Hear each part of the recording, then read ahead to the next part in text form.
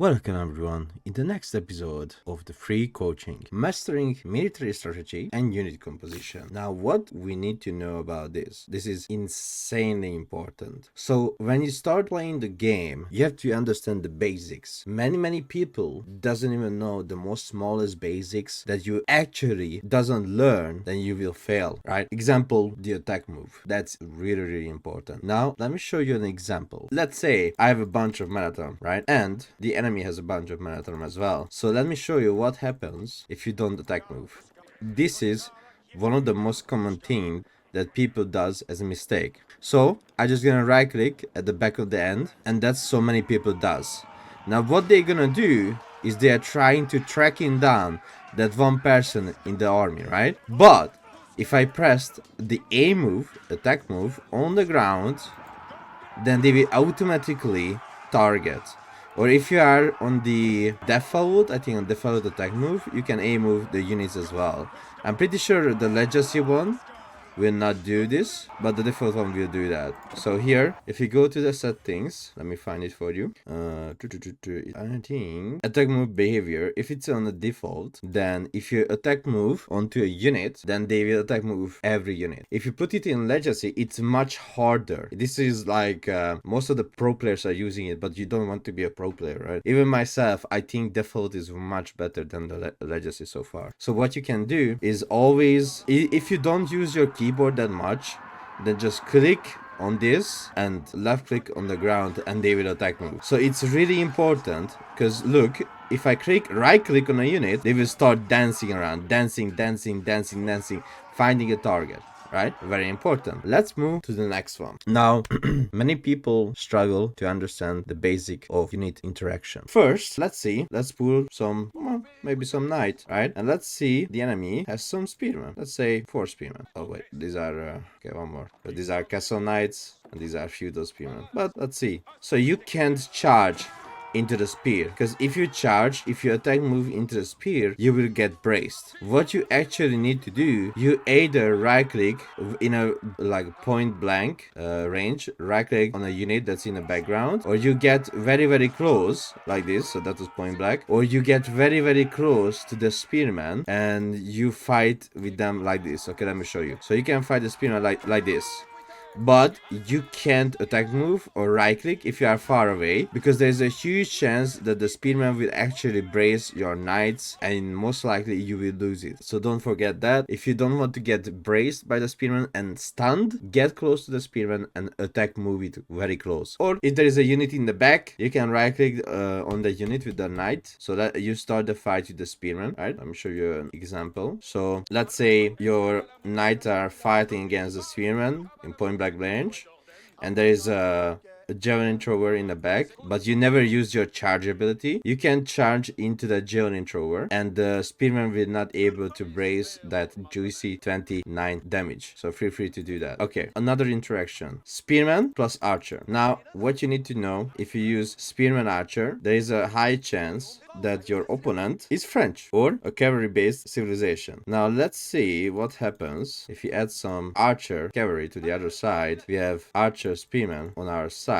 So in this situation, what would you do? Well, first of all, if you like contra grouping your units, I always give this advice. For the archer, always give the most closest control group to your finger. I always like it on either 2 or either 1. So either 1 or 2 is for my archers. Because when I'm controlling buildings, right, I have hotkeys for buildings as well. Every different building is on a different hotkey. Because I really don't like control grouping my buildings. I like hotkeying my buildings. So let's say double tap on F1 or double tap on 1 or double tap on, I don't know, like on something that doesn't move my camera around, because you can double tap the, let me show you. So if we go to the controls, we go to the keycaps, building selection, and I forgot to recap something here, but I'm gonna show you the example.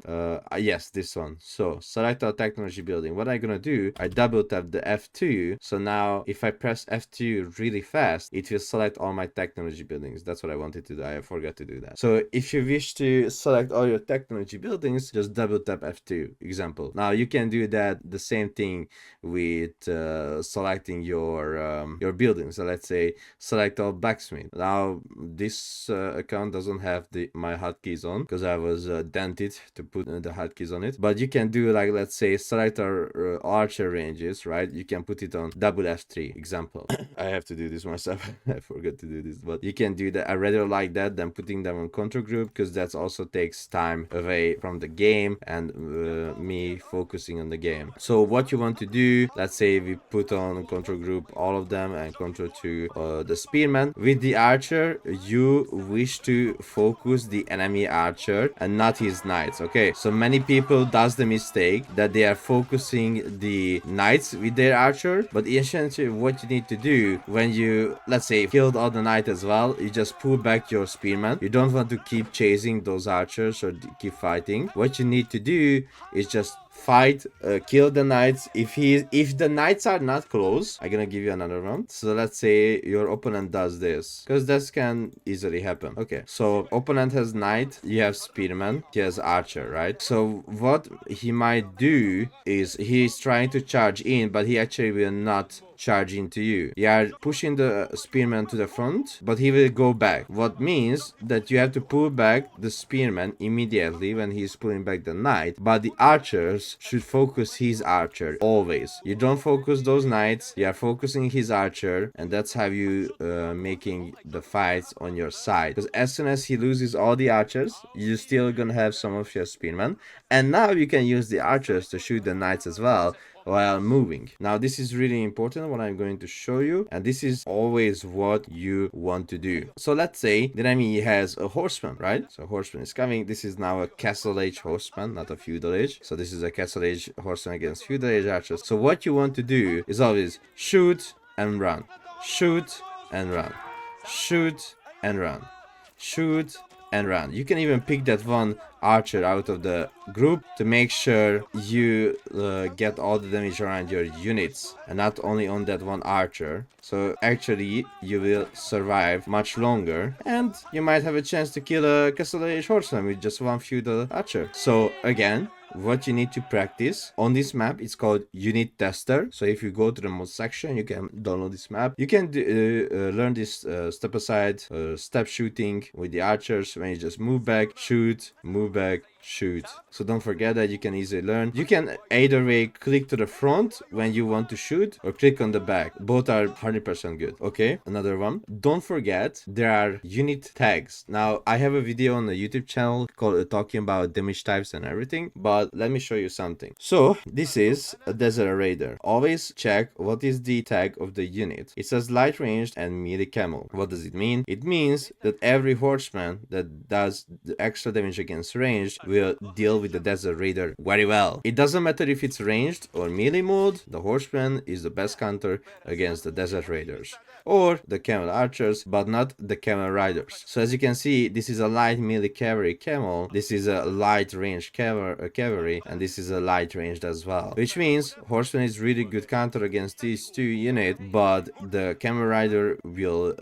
if the basic player has camel rider, the camel rider will eventually kill the horseman. So don't forget that when you are playing the game, always check what type of tags the unit has, because it will help you to understand how to counter the unit, right? So example, Mangudai, I want to try to find the Mangudai. It has light ranged cavalry, which means this unit is a light ranged cavalry. So what units can do bonus damage against it is gonna be the Gazer Raider, is gonna be the Javelin Thrower, because these units has +8 range, right? This one +12 range, and the Janissary, it says +16 cavalry, because don't forget, this unit is a cavalry, just like the elephant is a ranged cavalry, ranged as well, and the war elephant is also a cavalry unit. Shinobi is a light melee infantry, so archers are amazing. Ozutsu is a heavy ranged gunpowder infantry, heavy, so crossbow is amazing. Onobigeshi is a light melee infantry, and Gulam is a heavy melee infantry. So don't forget that, you can always check it. If you just click on the unit, it's not hard to read what tags they have, and on that you can easily find out which unit will be the best to counter them. Alright, so we talk about everything thing I'm pretty sure. This rock, paper, scissor nature. This map is perfect to test your things. Don't forget the control groups or the hotkeys with the A move, or maybe the stand ground with on default V. Well, if you do the stand ground, it will not move from that location until it dies or you command the unit, right? So we talk about hotkeys, we talk about control groups, and this was the next episode of Mastering Military Strategy and Unit Composition. Thank you so much for listening. I hope your skill might be a little bit better. See you on the next video, which will be macro and micro management skill.